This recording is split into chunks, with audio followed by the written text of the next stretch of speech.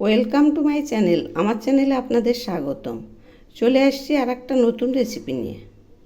আজকে আমি সজনে পাতার রেসিপি বানাবো। তো এই রেসিপি বানানোর জন্য প্রথমে আমি সজনে পাতাগুলো যে এইরকম করে ঝুড়ে নিয়েছি, এই যে এইভাবে। এখন দেখুন সজনে পাতাগুলো ধুয়ে শিলপাটায় নিয়েছি, আর অল্প অল্প করে এই শিলপাটায় নিয়ে বেটে নিচ্ছি, এই যে এইরকম করে। এগুলি শিলপাটায় পেস্ট করে নিচ্ছি। মিক্সিতে পেস্ট করার চাইতে শিলপাটাতেই পেস্ট করা ভালো হয়। এই যে দেখুন এইরকম হচ্ছে, এভাবেই আমি পুরোটা বেটে নেব।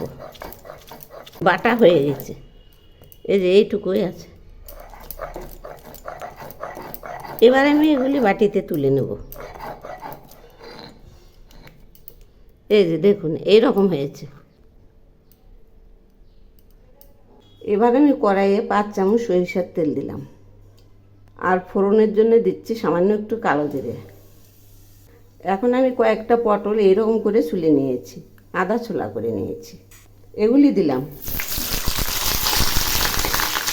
আর দিচ্ছি স্বাদ মতো লবণ, সামান্য একটু হলুদ। হলুদ দিলেও চলে, না দিলেও চলে। এই পটলগুলো খুব ভালো করে ভেজে নেব, একদম পটল পোস্তের মতো করে। আবারও একটু নেড়ে দিচ্ছি।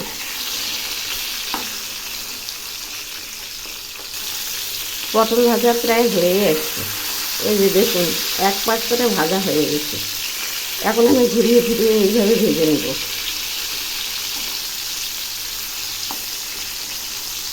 এখন আমি এর মধ্যে দিচ্ছি 2টো কাঁচা লঙ্কা বাটা, আর এর সঙ্গে দিচ্ছি সজনে বাটার পেস্ট।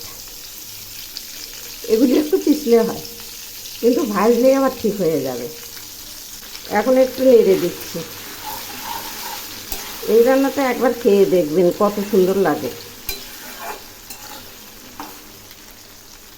সজনে পাতা বাটা পেস্টটা কম জন্য আমি পটলও কম নিয়েছি। এবার আমি এর মধ্যে দিচ্ছি টিস্পুনের 1/4 চিনি। এই রান্নাটা একটু ঝাল ঝাল মিষ্টি মিষ্টি হবে। এই যে দেখুন রান্না প্রায় হয়ে আসছে। পটল ভাজতে যতটুকু টাইম লাগে ঠিক ততটুকুই সময়, একদম ঝটপট রান্না।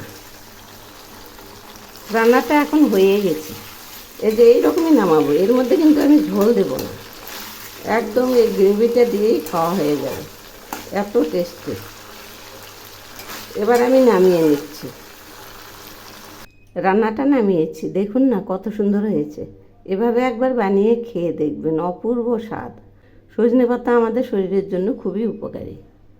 আপনারা চাইলে এর মধ্যে একটু পেঁয়াজের বেরেস্তাও দিতে পারেন। আজকে নিরামিষ, তাই নিরামিষভাবেই রান্না করলাম।